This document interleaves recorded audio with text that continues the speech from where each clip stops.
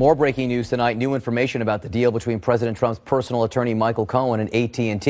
The Washington Post is reporting that AT&T hired Cohen specifically to advise the company on its planned merger with Time Warner, the parent company of CNN. Also, a source tells CNN that AT&T actually paid Cohen $600,000. That's 3 times the amount first reported.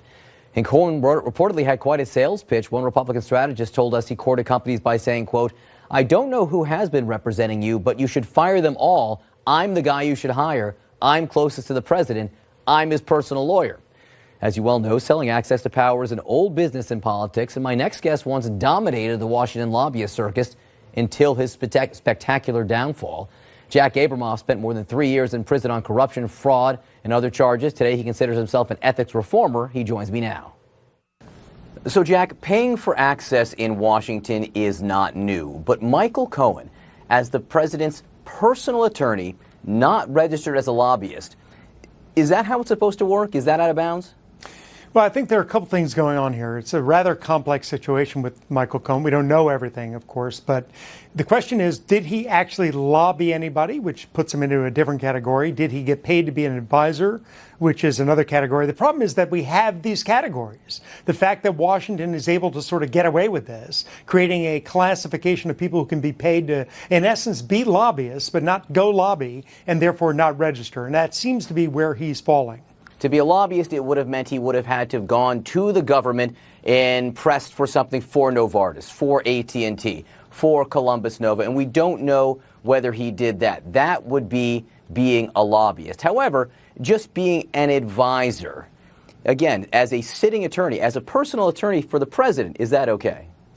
Well, you know, in terms of whether or not it's legal or not, I don't know what his ethical requirements are vis-a-vis the bar and things like that. But, you know, I think there are 2 things. One, did he break the law? It doesn't seem to me, at least, that I've seen anything yet to say he's broken the law. This question is this right? Is this something that America likes? No, it is not. America does not like to see insiders, in essence, the special interests, shall we say, and their lobbyists get special access. And that may be what he at least was offering for sale to these clients. One of the firms that Michael Cohen worked with was Squire Patton Boggs. He actually had office space in New York there. The firm did not have a key to the office. The office was always locked. He used his own computer server that was kept completely separate for the firm. Is there any legitimate reason you can think of why that would be necessary? Well, I don't know whether or not that office was actually a Squire Patton Boggs office, or if it was that they made a deal with him, in essence, as a consultant, an outside consultant, to be able to be affiliated with that firm. A lot of lobbying firms in Washington, and that's what Squire Patton Boggs is, a law firm that has a lobbying shop.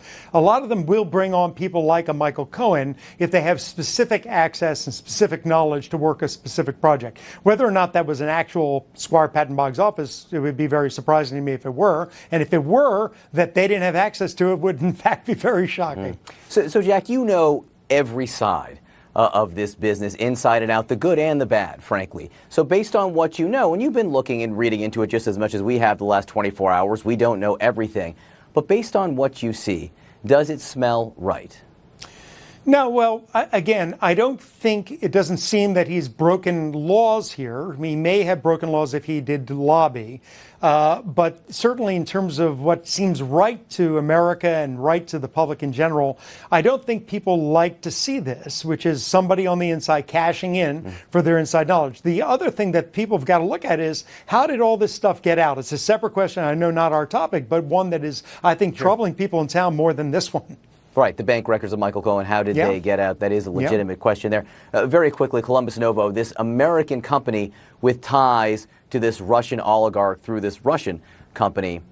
Is that the type of company that would normally do business trying to get access through someone like Michael Cohen? Well, we got to be clear. Almost every company in America that has anything to do with federal law needs to get access to the federal government. There's so much that goes on in Washington that affects them. So it is not unusual, again, for any kind of company that has any interface with the federal government to at least be seeking advice what to do, because their very bottom line, their very existence could be destroyed by actions in Washington, D.C. Possible, or plausible, I should say, that President Trump did not know that Michael Cohen was pitching himself in this way I think it's probable. I don't think, from what I've heard from people who are around him, President Trump does not approve of people going out and pitching themselves like this. So I would imagine Michael Cohen probably kept this from President Trump because he would probably have been at the receiving end of a tongue lashing had he told him. Jack Abramoff, great to have you with us. Thanks so much. Thanks so much. Up next, the insensitive comment from a White House aide about Senator John McCain, who was at home battling brain cancer. When talking about McCain's opposition to the CIA nominee, the aide said, quote, "He's dying anyway." The reaction tonight from the White House and McCain's family when 360 continues.